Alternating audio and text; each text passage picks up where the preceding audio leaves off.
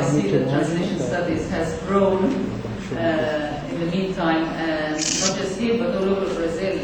I've noticed this time that a lot of the universities are setting up degrees and courses in translation studies, and it's beginning to attract a lot of people, so I'm very pleased to see that.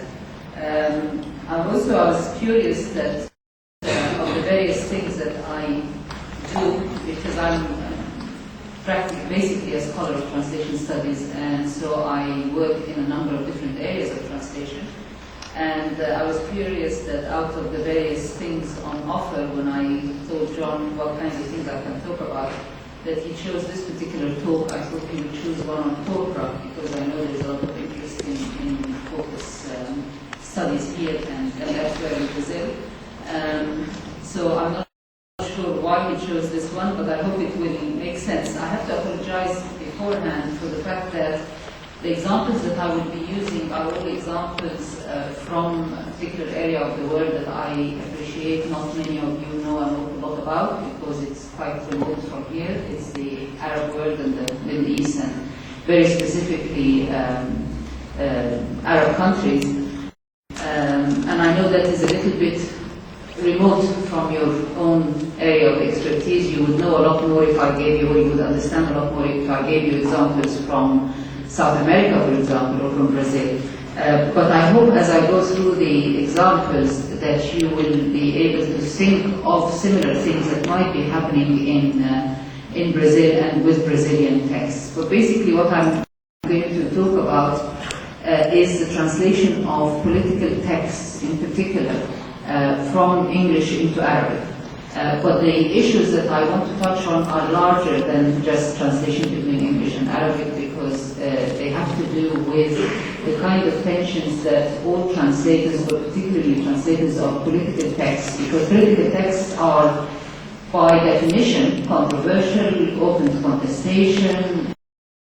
They don't kind of enter into a target space the way perhaps a piece of poetry might. And so they bring certain issues up that may not be quite so evident when you're working with other types of texts. So the issues that I want to raise are larger than those that concern just the translation between English and Arabic, and I hope you will use your imagination a little bit to see how some of the things I'm going to talk about might relate to your own space, cultural space, to Brazil. And in fact, I gave a similar talk in Belo Horizonte, and people kept coming up in the days that followed with examples of similar things that have been happening in Brazil. So I hope this will be of some relevance to you. Basically, what I have been working for a number of years with a particular theoretical framework, which I will not develop here. I will not talk about the theory itself, but I will be implicitly drawing on it. And as you can see from the subtitle, I'm talking about translation as a form of renarration, meaning that there are many different ways of thinking about translation, and they're not incompatible, but they are, like any phenomena, translation can be approached from a number of different perspectives. And one of the ways in which you can approach it and think about it is as a process of renarration, of telling a story another time, a second time. And this renarration can be in the same language, or it can be in a different language. When it's in a different language, we call it translation. And so this is the kind of the theoretical framework making itself evident in the subtitle, but I won't actually be bringing narrative theory explicitly into this, but that's what informs the talk generally. I want to start by making a number of points about translation in general and translation of political texts in particular. And the first obvious point, almost doesn't bear repetition really, but I'll say it anyway, is that translation is not a linguistic exercise. Most of us know that. The public don't. The public think translation is just about replacing one set of words with another set of words. But we know that translation is not a linguistic exercise. It is a social activity. It is an activity that is undertaken in response to certain political, social, educational, literary needs. It responds to some kind of need in society. So this is why translators undertake translations, or why they are commissioned to do translations, not as a linguistic exercise, but as a social and political activity. And every time a translator or somebody commissions a translator to produce a translation, it is because they have a particular agenda, even if that agenda is simply to raise awareness of some kind of issue that is addressed in the source text. And therefore they are not kind of neutral machines that provide unmediated access to the source text, because they are social political beings and they are involved in the text that they produce. At the same time, the public doesn't think of translation in that way at all. They have certain expectations in relation to translation, whether it's a translation of political text or any other kind of text. The public expect translators and translation to be a neutral exercise, completely impartial, and they expect the translator to give them unmediated access to the original. Now, I have to stress, and maybe some people might, especially young undergraduates, might disagree with this, but life will teach you that it's probably true. There is no such thing as unmediated access, whether in translation or in any other kind of context. Unmediated access to some kind of reality is an illusion. So, and yet the public expects it, and they demand it. So, expectations may be unrealistic, but they are real. So we could say this is an unrealistic expectation. At the same time, you can't completely change your audience. You can't suddenly overnight educate the public. And therefore, even though their expectations from the translator may be unrealistic, or we think it is unrealistic, these expectations are still real.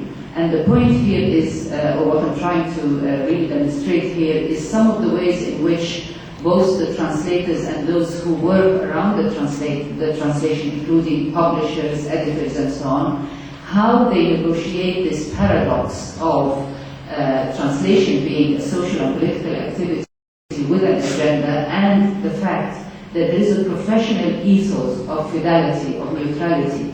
There is a certain set of expectations on the part of the public that they are going to be given unmediated access to the source text. This is a paradox that has to be negotiated in practice. And therefore, in practice, the translator, and you will notice that I'm constantly referring not just to the translator, but the translator, publisher, editor, all those people who, director in the case of films and so on, all those people who are part of the translation process, because it is also true that in the real world, translators never ever work in a vacuum. Nobody sits in a corner completely on their own without any kind of constraints and produce a text according to their own conventions, their own tastes, their own wishes, completely unaffected by other people who are involved in the process. In practice, in the real world, translators are always part of a team, and in book publishing, that team will include the publishers, the editors, anybody else who is brought in, for example, some big intellectual who might write an introduction to a book and so on. The translator is part of that team. And so in practice, that entire team has to find strategies to negotiate this paradox productively, this paradox of expectations of neutrality and unmediated access, and the fact that they are undertaking this translation project because they want to do something in the world. They are undertaking this project for a reason. Now, most of these strategies, as you will see shortly, involve delineating the space of translation very clearly and separately from the space of authorship. They involve, because on the one hand you have to assure the public that they are being given unmediated access, whatever that means, that the translator and the publisher and so on have no agenda, they are simply bringing to their attention some kind of source text. You have to negotiate that with the fact that you also have your own agenda and reasons for bringing this text in.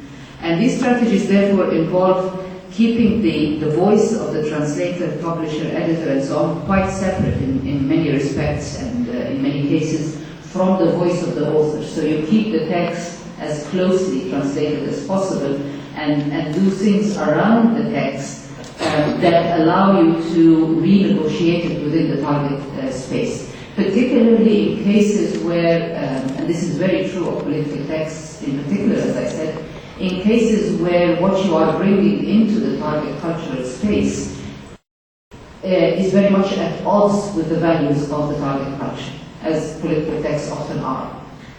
People translate political texts for many different reasons, as they do with other types of texts. And here I should also mention a distinction between what I see as a distinction between externally generated and internally generated translations, by which I mean that certainly in the case of the Arab world, perhaps less noticeable in the case of Brazil, but even in Brazil there are examples to be given. In the case of the Arab world in particular, because the Arab world is a very contested space, it's a space that is the target of huge levels of intervention on the part of the main empires of the world, because there are very important stakes there, and different countries around the world attempt to intervene in various ways to shape the region in ways that are conducive to their own agendas, and particularly the US and Britain, of course. I'm speaking here specifically about translation between English and Arabic, and so I will restrict myself to those two languages. There are, particularly in cases of regions like the Arab world, there is a big difference between translation projects that are initiated from outside the region and those translation projects that are initiated from within the region.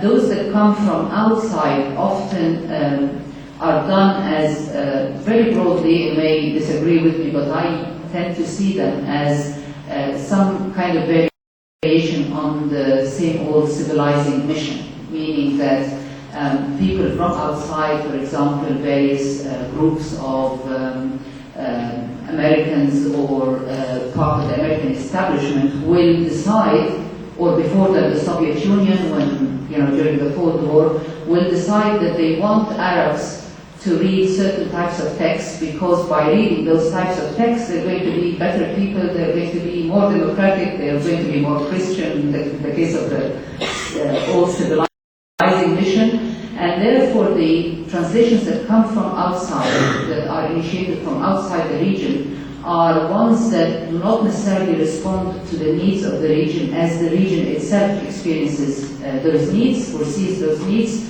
but they are about importing into the region the right kind of knowledge from the perspective of those who are exporting that knowledge.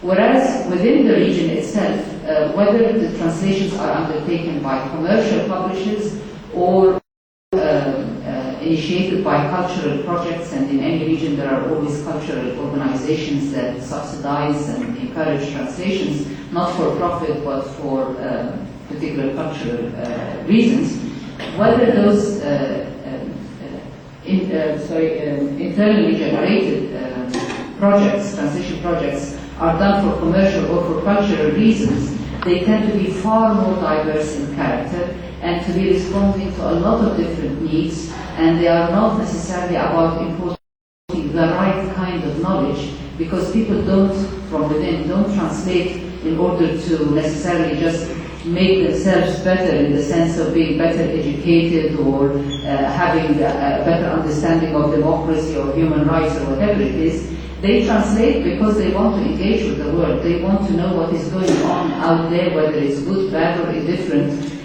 It's a way of engaging with the world.